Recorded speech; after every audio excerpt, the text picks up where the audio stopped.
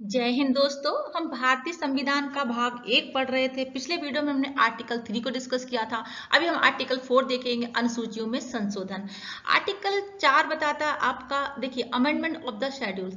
First schedule में update करना होता है जब किसी राज्य का गठन होता है, नया राज्य बनता है, क्षेत्र या सीमा में परिवर्तन होता है, तो पहली अनुसूची में अपडेट करना होता है, ठीक है, और चौथी अनुसूची अपडेट करनी होती है। तो मेन इस आर्टिकल में यही है कि अनुसूचियों में संशोधन करना होता है, फर्स्ट में और फोर्थ में।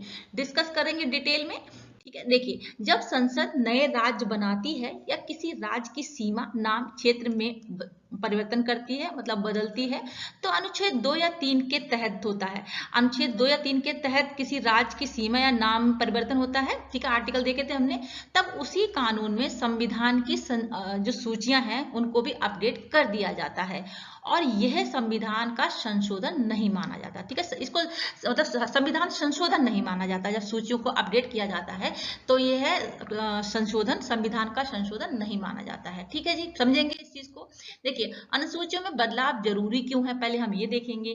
देखिए, जब कोई नया राज्य बनता है या किसी राज्य की सीमा बदली जाती है, तो संविधान की प्रथम अनुसूची, फर्स्ट शेड्यूल, और चौथी अनुसूची भी बदलनी पड़ती है। क्यों बदलनी पड़ती है? क्योंकि प्रथम अनुसूची में सभी राज्यों और केंद्र शासित प्रदेशों के नाम और क्षेत्र लिखे होते हैं।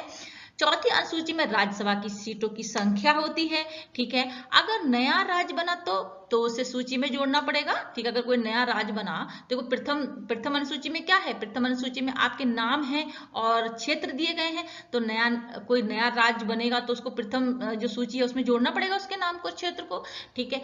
यदि राज्य का क्षेत्र बदलता है तो सूची में बदलाव करना पड़ेगा, ठीक है। अगर उसका राज्य का क्षेत्र बदलता है तो प्रथम अनुसूची में बदलाव करना पड़ेगा, ठीक है। चौथी अनुसूची में क्यों करना पड़ेगा? क्योंकि अब वहां पे राज्यसभा की सीटें भी तो अपडेट करनी होंगी, ठीक है। जैसे उदाहरण से समझते हैं, तेलंगाना बना, पहली अनुसूची में तेलंगाना का नाम जोड़ा गया, ठीक है, और चौथी अनुसूची में राज्यसभा की सीटें जो है अपडेटेड की गई।